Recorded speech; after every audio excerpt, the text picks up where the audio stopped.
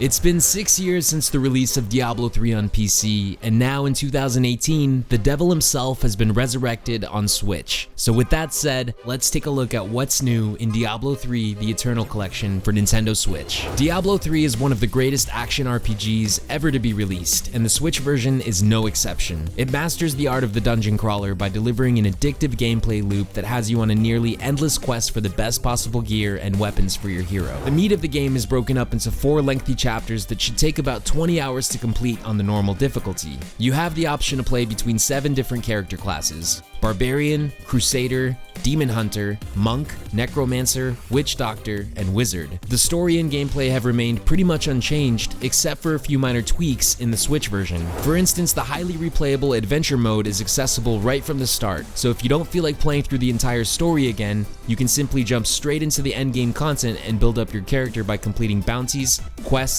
and Nephilim rifts. Amiibo support is also present, but you can only use one amiibo every 23 hours per account. Using an amiibo will summon a high-level enemy that drops loot when taken down, but the rewards aren't always the best and it doesn't add too much to the overall experience. Also included is the Legend of Ganon armor set, the Echoes of the Mask wings, a Triforce portrait frame, and a Kakuo pet. Now these are all purely cosmetic, so don't expect to receive any special buffs or advantages while you have them equipped. The Ganon armor set is made available through the transmogrification system for 50,000 gold pieces per armor piece. And I know that sounds pretty expensive, but I was able to complete my set by the end of the second chapter without ever really having to grind for gold or think about it at all. Now, as cool as it is having some Zelda-themed content in Diablo 3, it doesn't really do anything to change the game as a whole. I wasn't expecting a new campaign or any massive changes to the story, but it definitely would have been nice to have some additional Zelda-themed side quests and bounties to really tie it in all together.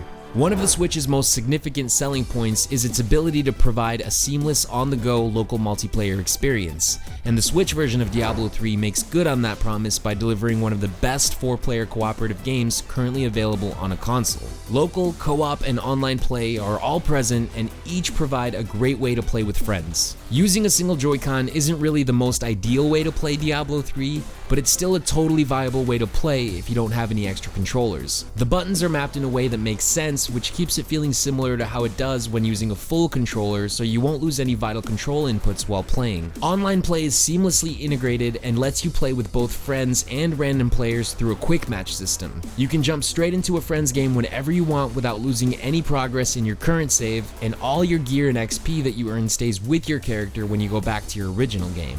Whether you're playing docked or undocked, Diablo 3 runs at an exceptionally smooth 60 frames per second. Even with a ton of enemies on screen, the frame rate never seems to drop below the target. It has an output resolution of 960p while playing on the TV and 720p while playing in handheld mode. Thankfully, Diablo 3 has been optimized for handheld play, so you shouldn't have any problems with navigating through cluttered menus and reading small texts.